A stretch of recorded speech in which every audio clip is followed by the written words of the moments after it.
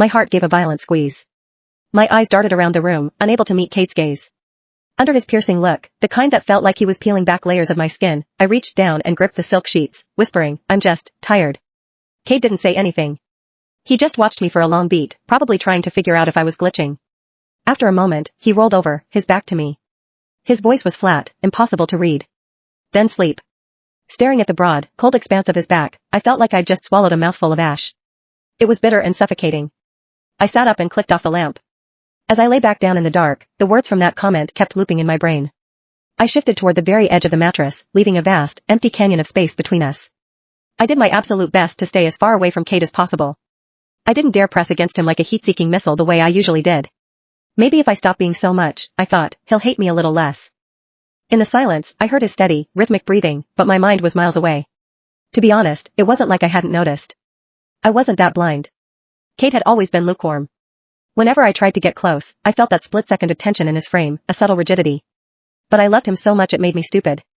I wanted to be his shadow, his accessory, his constant. Kate never complained out loud. But looking back, those tiny furrows between his brows, the way his jaw tightened, they were all flashing red lights. He didn't want this. I'd just been playing dumb. I'd lied and told him I was scared to live alone just so I could move into his place. Then, I'd pushed for more, invading his bedroom until I was a permanent fixture, wrapping my limbs around him every night like an octopus. He hadn't kicked me out, sure. But his first instinct was always to resist. I'd just been so desperate to be with him that I'd filtered out the truth. Now it seemed the comment was right. The air in the room felt heavy. I tossed and turned until the early hours of the morning, finally drifting into a fitful sleep.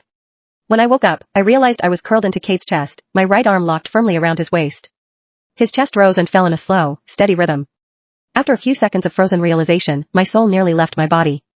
My body had gone into autopilot during the night, seeking him out like a habit I couldn't break. If he woke up and saw me like this, the annoyance would be written all over his face.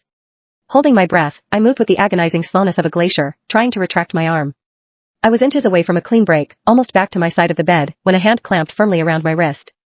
I looked up, slamming right into Kate's deep, bottomless eyes. He'd clearly just woken up, his voice was thick with sleep. "What are you doing?" Panicked, I yanked my hand back and shoved against his chest with both palms, trying to create distance. I stammered out the first excuse I could find. "And nothing. It's late. I have to get to work." Kate didn't respond. He just watched me with that expressionless mask. Even though I was avoiding his gaze, I could feel the atmospheric pressure in the room dropping.